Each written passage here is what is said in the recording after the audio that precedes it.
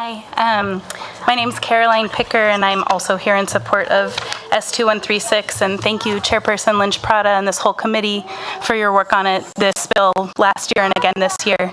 From personal experience as a queer mama, I strongly believe that one of our fundamental rights is to make family however we choose, and that the legal rights available for any family should be granted to all families. My partner of 15 years and I have 2 children together. One, Simon, who was here but needed a potty break. For those of you who've had 3-year-olds, of course, perfect timing. The other, Button, was stillborn at term and would be 5 years old as of this past January. When Button died during birth, my partner almost died as well. She suffered a massive hemorrhage and significant physical trauma from naturally delivering a baby who didn't assist with the birthing process at all, as living babies do. And so because of this, my partner wasn't able to be with us or to make decisions for Button right away. Even though we had planned to have this baby together and I had been Button's mother since preconception, I technically didn't have any legal standing when she was born and died.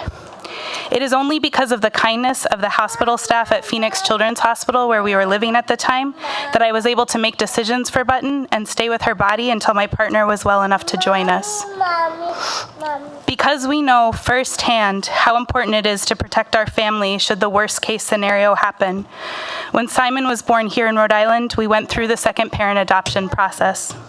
It was expensive, invasive, offensive, and a waste of everyone's time and resources.